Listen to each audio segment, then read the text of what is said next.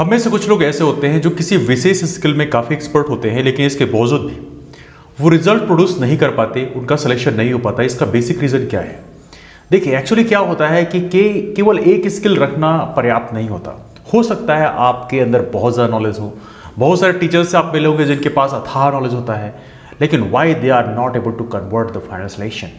इसका बड़ा रीज़न ये होता है कि उसके साथ जो बाकी स्किल्स ज़रूरी होती हैं, ऐसे हम लोग एक स्किल बहुत ज़्यादा मिस करते हैं, वह है revision skill.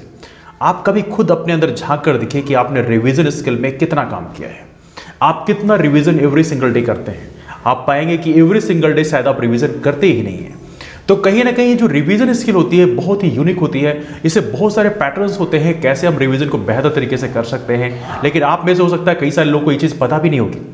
The second most important thing that, जब आप सिलेक्शन लेना चाहते हैं उसके लिए आपको प्रॉपर तरीके से आंसर राइटिंग प्रैक्टिस करना होता है। बहुत सारे हमारे फ्रेंड्स ऐसे हैं जिन्होंने कई बार मेंस लिखा है और हो सकता है धोखे से उन्होंने मेंस क्वालिफाई कर लिया हो कुछ बाउंड्री लाइन नंबर से, लेकिन फाइनल सिलेक्शन कन्वर्ट नहीं कर पाए। रेदर उनके पास अथाह नॉलेज है। यहां पर कंडीशन बनती है आंसर राइटिंग स्किल। क्या आप आंसर राइटिंग स्किल डिले कर रहे हैं? जब आप नहीं करेंगे तो आपके अंदर वो एक्सपर्टीज पैदा नहीं होगा। आपके अंदर वो कहते हैं ना, एक जैसे कहते हैं ना, एक संगीतकार को रियाज करना होता है हर एक दिन, तब जाके टाइम के साथ उसके अंदर एवोल्यूशन पैदा होता है, उसके अंदर इवॉल्व होता है वो एक नए लेवल पे।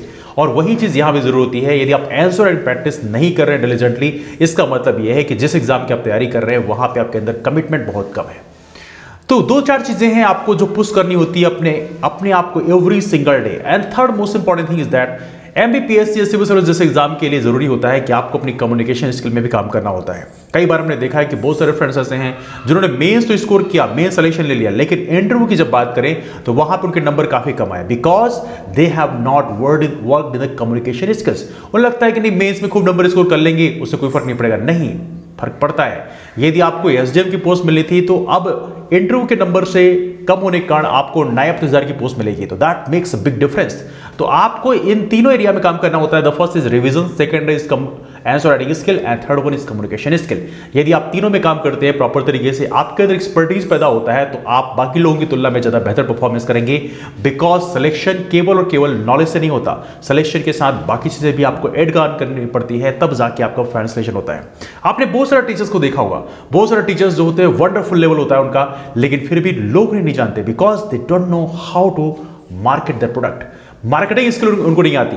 तो एक प्रकार से कहने का मतलब यह है कि यदि आप ग्रोथ पाना चाहते हैं तो आपको एक स्किल के साथ दूसरी स्किल पे भी काम करना पड़ेगा, then only you will get the growth. Anyway, मिलते हैं फिर आप लोगों से। Bye and take care.